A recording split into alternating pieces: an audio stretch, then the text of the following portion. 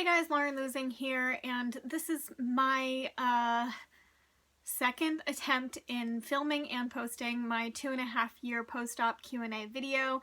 I filmed it probably about 3 weeks ago now, and I filmed it all in one video and tried numerous times to post it and it wouldn't post. So I have posted a video about the same length before, so I don't necessarily know if it was the length of the video or what, but I am going to be splitting this up into several different videos, which is something I didn't want to have to do, but I think it might be easier and I might be more successful in actually getting this posted.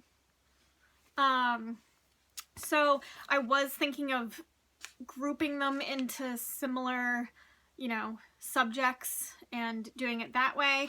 But I'm lazy and decided not to do that. So I'm literally just gonna go through and probably at around the 20-minute mark, I'll stop and then make the next video. So the first portion is something that I didn't, that I kind of grouped all into one because it was the most asked question, and it's several questions, but most people asked about my food intake and several questions surrounding that. So T Beavers, Losing Ray, Rhea Reloaded, Tammy Fusen, Melissa Davis, Alyssa Anderson, Vegas Susie Q, Ashley Tom, Angela Retigliano Locke, and Jennifer Mahoney all asked something around this. My daily intake in relation to calories, fat, carbs, and protein. Do I track / what app do I use? Do I follow a 10-to-1 calorie to protein ratio? Do I do low carb, high fat? What are my favorite foods? What foods am I eating and how much and how often? Do I eat 3 times a day? Do I eat 6 times a day? Do I snack? Do I weigh? Do I track? So all surrounding that. So I will just go through, I guess. Calories, if you watched my recent follow me around a day in life video, that was not a typical day. So my typical day will be between 800 and 1200 calories. So let's average that to be 1,000 calories a day. Average, I will get about 100 grams of protein a day. Fat, I don't really track. In my most recent What I Eat in a Day video that I posted, I kind of misspoke. I said that the only reason I would choose a low-fat option would be if it didn't have, what was I saying? More carbs or something like that. I misspoke. I usually go for low-fat or fat-free options when it comes to like dairy, because dairy is something where if you go for a lower fat option, a lot of the times there actually won't be higher carbs. In other things like fat-free crackers or low-fat crackers or dressings or stuff like that, they will add more sugar to the low-fat versions, but something like cheese, cottage cheese, yogurt, milk, that kind of stuff, they actually usually don't add more sugar to the lower fat versions. So I tend to eat low-fat dairy. I keep my sugars to as few added sugars as possible. I usually have less than 10 grams of sugar in a day. Except for on days where I eat fruit, and then I don't really care because it's not added sugar, it's natural sugar. Then for overall carbs, I usually have around 50 to 60 carbs a day, and I usually get I usually have like 20 to 30 net carbs per day because I do eat a good amount of fiber. So, but that's not honestly something that I really pay attention to when I am picking out foods to eat. I am paying attention to the calories, the sugar, I am paying attention to the overall carb content usually. but I just find that with the foods that I choose, this is just how my naturally, like, my macros end up being. It's a little hard to explain. Do I track and what app do I use? I do use MyFitnessPal. I don't use it religiously. I don't necessarily do it for every single thing I put in my mouth. But that's the app I use. Do I follow a 10-to-1 calorie to protein ratio? Not for every single thing that I eat. However, the way things end up at the end of the day, that is usually about the calorie to protein ratio. Do I do low carb, high fat? No, I don't. I don't do high fat. I really do high protein, moderate fat, low carb. That's kind of how I end up eating. My favorite foods.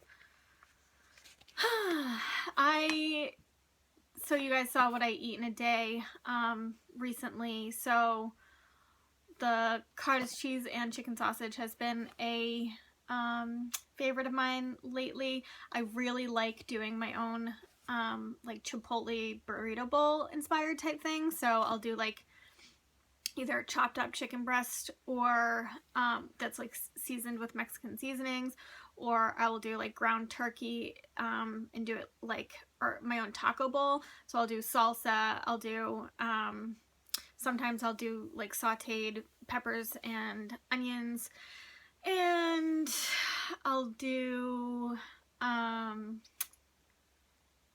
Chris Waffle doesn't like this, but I will use fat-free Greek yogurt as sour cream because it tastes the same to me and it has better stats. And like some hot sauce, some cheese, some guac. That's one of my favorite things to do.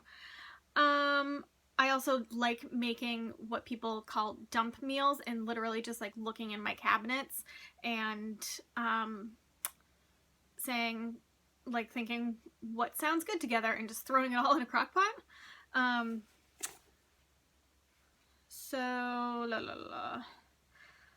What foods am I eating and how much and how often? So I kind of went over that recently in my what I eat in a day video, but I have a coffee/2 in the morning. Then I have, so that's pretty much all I eat in the morning. I have my lunch, which is usually all protein. People have pointed out I'm not great at getting in my vegetables.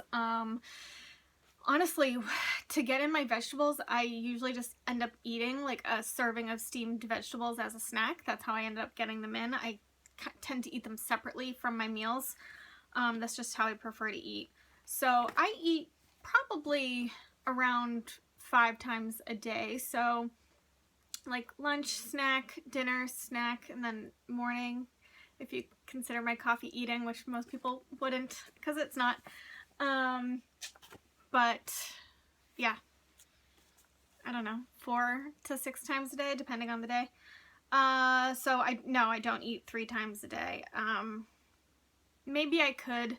I prefer to eat smaller amounts more often. That has nothing to do with like keeping my metabolism up or anything like that. That's just how I prefer to eat. And I try to reduce snacking just because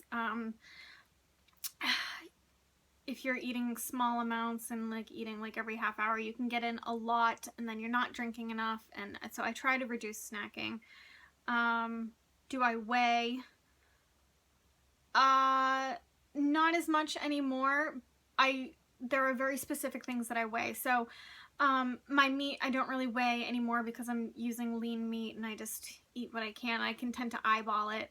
But things like nuts, cheese, I definitely weigh those things because those are things that I can very easily, especially if it's not low-fat cheese, those are things that I can very easily overindulge on.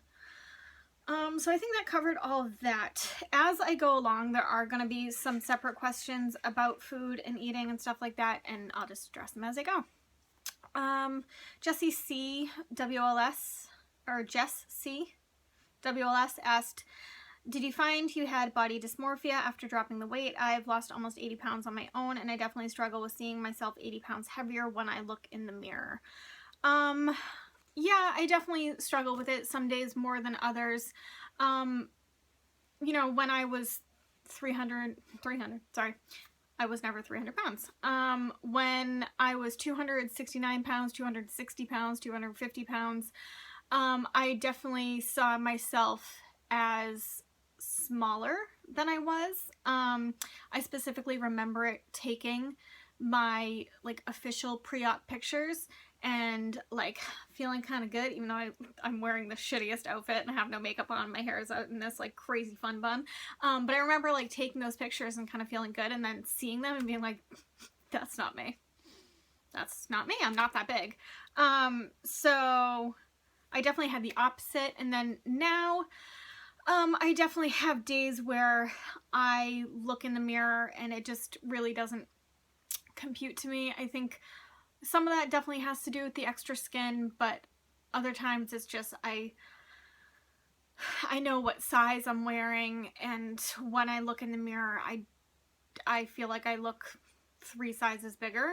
So yeah, it's definitely a struggle, but that's why I do make a point to look in the mirror, look in a full-size mirror, like as often as I can, because when I was my biggest, I avoided mirrors, and I think that's one of the reasons why I thought I was smaller than I was, because I wasn't familiar with what I actually looked like.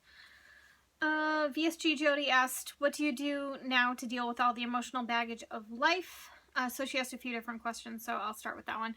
I really haven't developed any positive coping skills to deal with emotional baggage of life. I am really bad at facing stressors. I'm one of those people who just try to avoid things. I will eat more when I'm stressed. I am much better, I don't know, I'm much better at recognizing it now. That has nothing to do with weight loss surgery. That has everything to do with lots and lots of therapy that I've gone through in the past. So I can't say that I really do much different. I don't know, I really don't have many words of wisdom on that. I'm not someone who has turned it into like going to the gym, although I do go to the gym. That's like not how I deal with it. So, I don't know. What are the 5 to 10 things you cannot live without, weight loss or not weight loss related? I can't live without alone time. I am an introvert and I gain my energy from alone time, so I can't live without that. But then I also can't live without my friends. I can't live without, so a lot of the things that I'm going to say are kind of contradictory, I guess.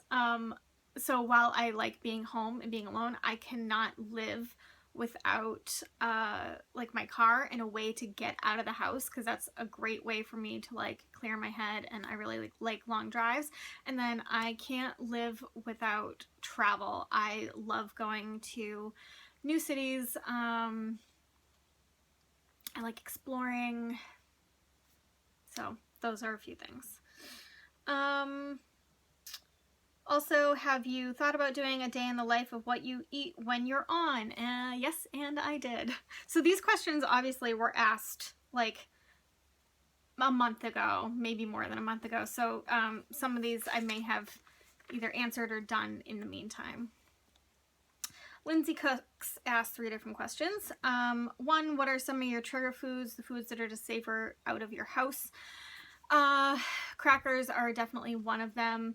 I've mentioned cheese and crackers kind of being my downfall in the past. There's a reason why that first syllable is crack.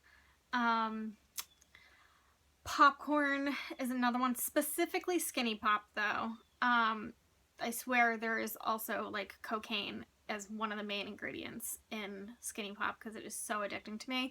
I can get one of those big bags and eat the whole thing myself. Those think those are kind of it. Oh no, Sour Patch Kids. If I have a craving for Sour Patch Kids, the last thing I should do is to get Sour Patch Kids, because I will get one little bag and then I'll get them the next day and the next day and the next day. So, yeah, those are probably the three things. 2, tell us about the last date you went on. The last date I went on was in like October. It's been a really long time since I went on a date, and that is simply because I have been just focusing on myself and putting 100% into, you know, having the best, basically the best body I guess I can before plastics. And yeah, that puts a damper on dating, honestly, like putting the gym before everything else. And then I'm obviously working, and I don't have same work schedule. So the last date I went on,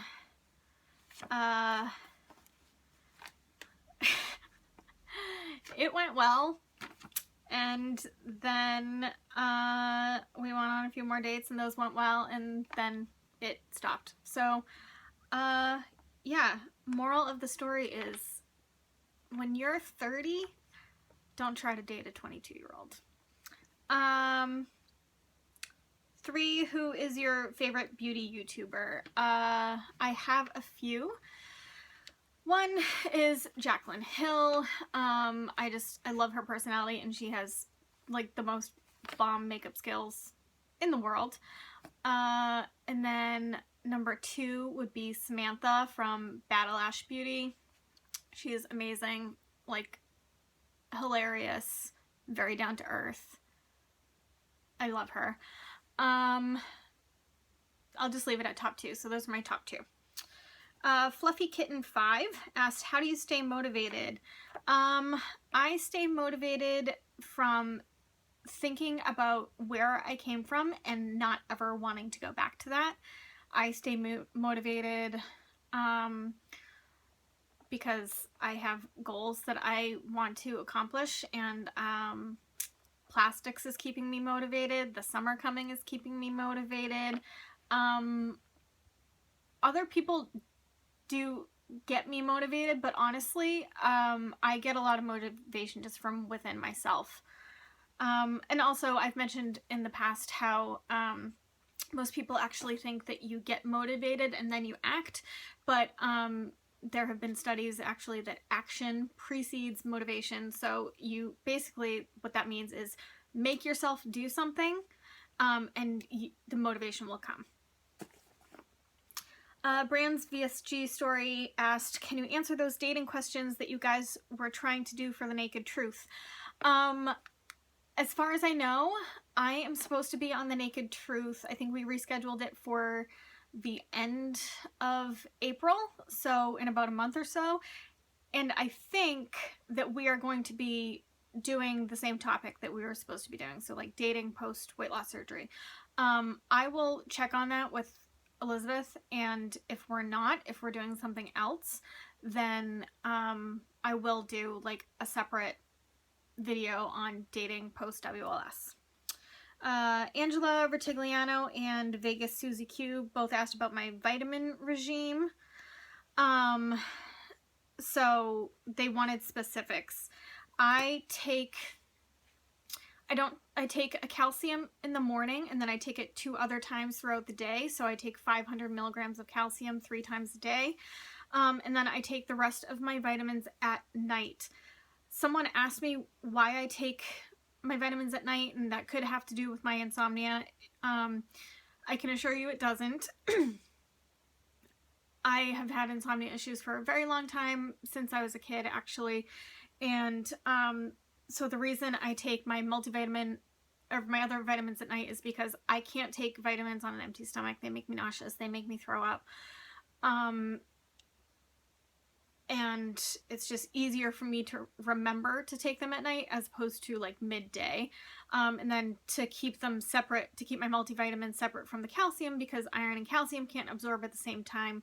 It just, that timing is the easiest for me. So I also take 3 omega-3 3 chews. That was not required by my bariatric surgeon. It's just something I do separately because it's good for your heart, it's good for your cholesterol, it's good for your triglycerides, it's good for your brain functioning. So I think the 3 chews, it only comes up to be like 560 milligrams, which isn't that much. I take a B12 chew that is 2,500 micrograms. So I just do a regular multivitamin. I do vitamin D, 5,000 international units, for a couple different reasons. One, I live in the Northeast and I don't get outside a lot, so I don't get a lot of vitamin D. It was also recommended by my bariatric team to do at least 2,000, so I just do 5,000. I also take 2 Colace and 2 Senna at night for #poop problems. And I think that's pretty much it. Okay, so I'm gonna stop this video here and move on to the next one.